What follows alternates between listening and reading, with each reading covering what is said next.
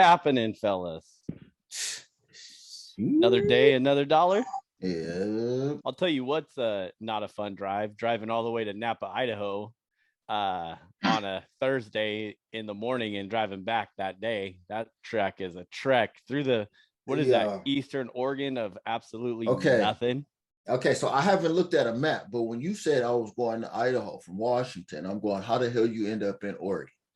Okay, so I'm not Lewis and Clark or nothing like that, but I'm like, wait. I've seen a map before, and I know how the states lay out. I watched the History Channel, how the states got their shapes, right? So I'm familiar with the way everything looks, and I'm thinking you should be going this way. How you go down first before you get that way?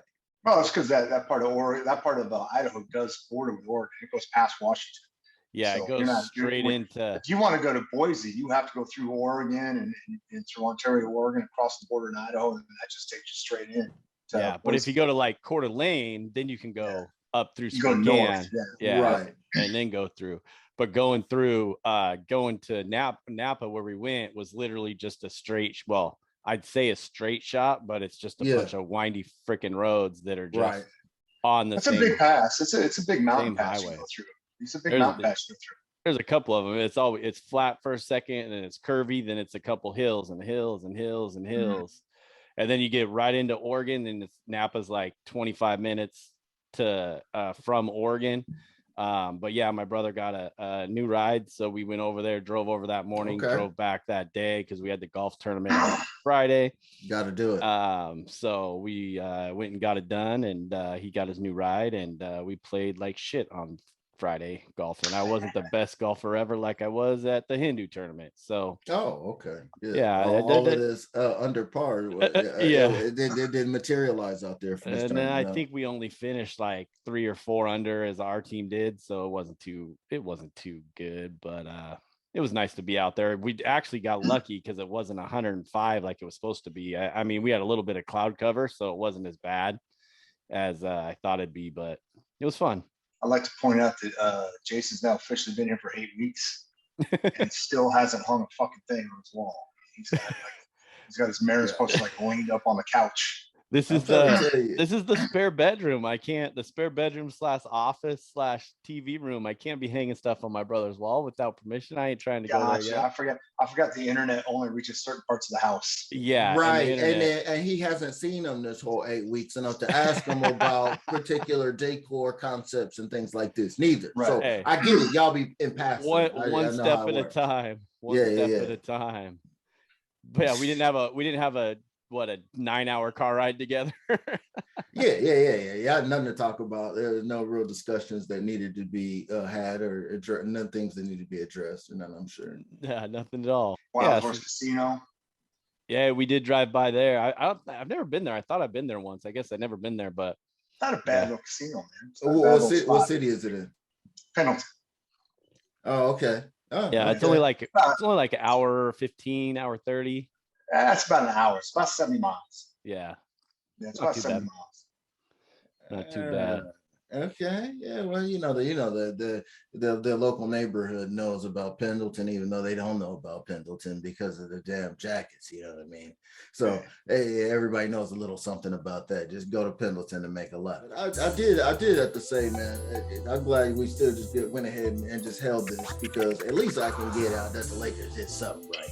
They got one thing right, but they did a couple of things. So they're gonna go ahead and put Pau Gasol up in the lights, and I'm not even mad at that because for me to have that second resurgence of Kobe Bryant. Okay, now when I say he was coming at first, but he had 2 resurgences. Okay, the one. You know what I'm saying? When after he airballed them jumpers in Utah as a young buck, as the Michael Jordan clone with the bald head. Okay, that's when he was coming. Okay, then he came out with the Kobe Fro, 3 in a row, easy. Shaq bounces. What we gonna do? We're gonna score 81 points. That's what we gonna do. But it was only out there in them Smush Parker and Kwame Brown years, man. It was bad until They tried to get us. We tried to get the Chris Paul thing popping, and it just did not work, man. It just, the David Stern was not having it because of what was going on with Charlotte Hornets versus New Orleans Hornets, and I think there's a little bit of Katrina situation going on in there at the same time. That was a big conspiracy though, because he turned around and traded him to the Clippers. I mean, I that's the downside of not having ownership in hand when it's time to make, because people don't remember. Yeah, the NBA was running the Hornets at that point in time. Inside school. And they had a trade made, done, signed, sealed, delivered to get Chris Paul to the Lakers. And then announced. And then the NBA commissioner, who was also acting as the owner of the Hornets, yes, sir, changed his mind. And then 2 weeks later, shipped him to the Clippers. Man. If I remember correctly, the deal with the Clippers was not as good as the one that they had with the Lakers. No, it wasn't. But Jerry West went right back into his bag and started making calls immediately. And there was a young Spaniard just hanging out in obscurity to the world in Memphis, getting buckets, an all-star already, doing his thing. And come to find out, in a little trade, the Lakers so happened to, with their first rounder, picked up the little brother Marc Gasol in the first round, traded him, swapped that, and then what do you know? Magic happens, and we run it back again after getting smashed by the Celtics the first time. I never will say that we didn't get smashed by the Celtics the first time, but after that, Kobe got his stuff together, man. Andrew Bynum, man. Fish came back. Oh, it was real nice. It was a good 7 years. So they're doing that, and that's going to be great because I think Paul Gasol deserves that because I don't think he's going to get it in Memphis because what he did when he got to the Lakers and became that, and plus being European bilingual with the Spanish situation in LA, you got to do it. If you're the Lakers, it's the smartest thing you ever did. Keep Paul Gasol in the fold, man. Put his jersey up there underneath the spotlights like it should be. And that's a good shout for them, man. The other thing that they did by paying LeBron a whole bunch of money, I'm not sure about. 2 years extension for almost 100 yards. Come on, man. And third-year player option, too. Yeah. So, I mean, everybody is saying now, this is like how everything is like, what is Bronny James going to do now? This is all the chatter. Yeah, I will say this though. So they got him through the 26-27 season now, or 2 more, 1 year after this one. Yeah, so 3. So 22, 23, 23, 20, so 24, 25. Okay, and then the third year is the 25 player option. The option, yeah. I will say this though. 2 years and 90s. I'm not mad at that because when you think about it, he's making less money than KD. I mean, Jordan should have got that kind of bread back in the day, you would think. Yeah, but they didn't have that. They didn't have those kinds of contracts. They didn't have the contracts where the TV contracts wasn't crazy. They didn't have the max contracts and whatnot. I mean, you actually had to negotiate back then. But when you look at it, Dame Lillard, he just signed a 2-year, $120 million contract. So he did 60. You're getting LeBron for after this year. He ain't about to be 40 though. AB, he's about to be 40 though. I know, but he still look what he just did. I mean, what was he, like 38 and 8 or something like that? Is he gonna play power forward? Or is he gonna try to still be LeBron? Well, if Jeannie had made the deal 2 months ago that the Nets were willing to make, he could have played the 2. But now she wants to make the deal the Nets 1 or 2 months ago, and the Nets no longer want it. So my point being, they could have had Kyrie 2 months ago. Because now they're starting to acquiesce to the Nets' demands from 2 months ago. But the Nets are like, no, we've moved on to something different. So I get what you're saying, but at the end of the day, it's the going rate. That's the contract that he's allowed to get based off the thing. You don't negotiate it. There's levels. And so at the end of the day, you knew he was going to get it. I mean, that contract had been out there for months. It was whether or not he was going to sign it or was he going to dip after this year. Yeah. So as a Laker guy, I would rather have him stay. Imagine where we'd be in 2 years after next year if he's gone. You know what I'm saying? I mean, It's Anthony Davis and 11 schmucks. Well, I mean, and peep this out. Just even chatter of LeBron stepping into the 206 got people sleeping out at Seattle Pacific. Oh yeah, you know what I mean? The Jake crossover event. And yeah, so Jamal does his annual situation out there at his program that he does. Good for him. I love that even though the Seattle Hoopers aren't like hasn't infiltrated the NBA like it once did, he still is a major fixture out here with bringing these guys and keeping these guys all together. And he's always been like that ever since he was in the mall and all that back in the day, man. I will say this though. I mean, that draft class has a chance. I mean, you had 2 of the top 15 picks out of Washington State. So, you know, the number 1 pick overall, and then the kid out of Yakima went to the Bucks. I just think I wish it had run better, only because, you know, they had somebody pulled the fire alarm.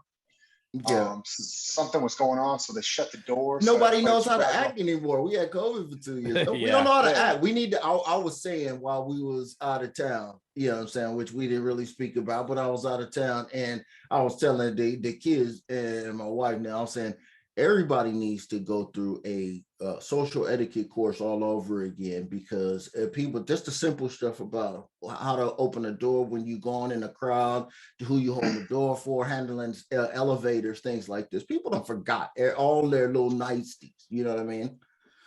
Yeah, and you had what, like freaking 5,000 people out there waiting to get into a gym for about 1,500 or whatever it was. Somebody gonna be an idiot. Yeah, and there's always some fools acting a fool out there.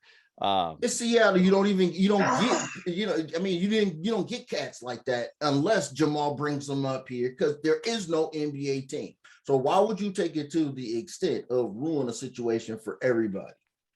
Because they don't know how to act. Just like you said. They don't know how to act. They don't know how to act. They don't know how to act. I will say this too, homie. They showed somebody was doing a video of the lines in Seattle this weekend, and just how long they were doing. They had to speed up the motion just to get in 60 seconds to show how long the line was. And they were acting surprised. And you know, our boy Detlef Shrimp chimed in on their post and said, "Man, that's how it always was in the 90s. You need to get a team back here and figure that out." Because that's how it was. I mean, the Sonics, there's been a whole generation of people who are now young adults in the mid-20s that don't remember that Seattle arena, a Sonic team or a period. That thing shook the ground. I mean, it wasn't just the Seahawks and the 12, which they do now, which, by the way, that's a whole nother thing. Talking about talk shows. How quiet is that? We're gonna find out. Real soon. That Seattle arena, man, when the Sonics were going, man, that thing, I mean, it was nuts. It was absolutely nuts how loud that place got when they were going good. So, I mean, that was what Del Shrimp's point was. It was like, why are you shocked that people are lined up for NBA talent? I don't think they know. I don't think they definitely don't know about that. But one other little thing that they do not know about Seattle society and urban and suburban life is Seattle, all the way from Everett and Auburn and all the way up to Tacoma. It is the camp out capital of the United States. Let something come out, a damn PlayStation, Xbox, some tickets, anything, somebody showing up. Oh, people up here will camp out. We have no problem from the 425 to the 360 to the 253, 206. People do not mind camping out up here. And it's you have to remember what the elements are on the west side over here, right? Oh, yeah, but they will come with tents. They will come with tents. Hey, the portable chairs. They don't play no games. Slim, that's a Washington. Lizard camping. That's like you don't know. Oh, I know. That's a Washington State thing, man. Because you just look at the gorge. The gorge was just packed again this weekend for some like weird rave shit. Yeah. People out there, campers, tents, and then wearing their weird rave. And, you know, it's weird to see people get out the RVs and the tents, and then they're basically, you know, how they were at the raves, where they're dressed up in their thongs and got all the, whatever that neon paint on and whatever. And it's like, you were just in a tent 5 minutes. And a bunch of glow sticks and all that. Yeah, I'm not expecting that to step out of a tent. But I mean, I agree with homie. People camp out, but I mean, this is a different state. Like, people don't camp out in Southern California for shit. No. But in Washington State, they'll pull up the RV and the tents at the gorge 3 days before the concert. And it's just a party. Yeah. Yep. And it's the same thing. I get what you're talking about. It's the same thing. When the new kicks, whatever it was, the new Jordans, the whatever would be coming out the store. I know you guys have people lined up. Yes, sir. Yep. All the time. Hey, well, if you guys are still listening to us, welcome to the Sports Fix with Sticks and Honest Big Homie. We out here just throwing out some, fun facts for y'all. Remember to subscribe, rate, and review on whatever favorite podcast platform that you listen to. And, while you're at it, go check out the YouTube channel. If you haven't noticed, we are the audio version of Sydney Dean and Billy Hoyle, baby. Go to thisisfunner.com for more podcasts and online content. Grab some merch while you're there from the Funner family. Follow us on Twitter follow me, Sticks015. Okay. Follow this guy, now it's Big Homie, at homie_anonymous. Don't get it use mixed that up. hashtag Sticks and Sports, baby. We'll be on there. Check it out.